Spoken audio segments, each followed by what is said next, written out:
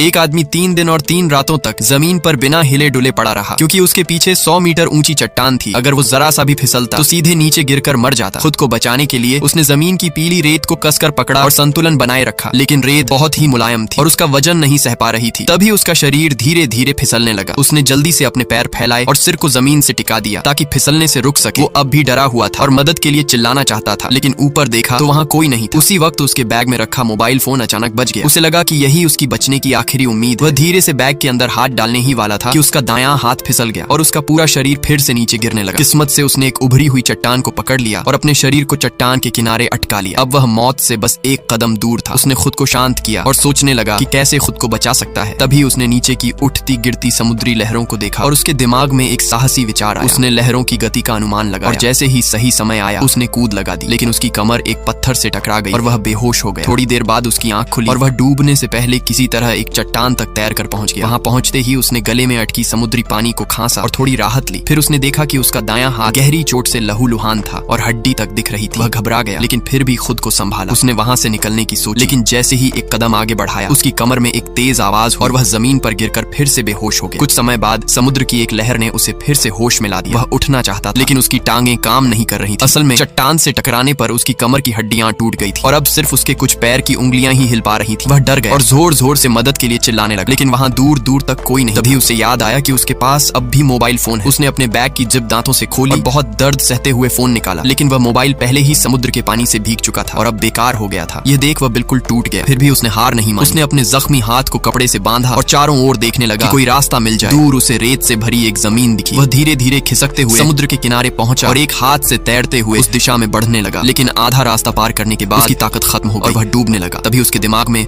उसकी पत्नी की छवि और वह अंदर से हिम्मत जुटाकर एक बार फिर ऊपर आया और किसी तरह तैर कर रेत तक पहुंच गया। जैसे ही उसने सोचा कि अब तो बच गया, एक और बड़ी लहर आई और उसे फिर समुद्र में खींच ले गई। अब की बार उसने पूरी ताकत लगाकर खुद को एक चट्टान तक पहुंचाया, अपना बैग फेंका और उसका पट्टा चट्टान में अटका दिया। वो पट्टे को कसकर पकड़कर लहरों का सामना करता रहा। काफी देर बाद लहरें थम गईं और वह फिर से बच गया। तभी एक समुद्री पक्षी आया और उसके घाव से मांस का टुकड़ा नोच ले गया। वह दर्द से चीख पड़ा और किसी तरह खुद को जमीन पर गिराया। उसने रेंगते हुए रेत पर जाकर वहां बचाव का निशान बनाया ताकि कोई देखने आए।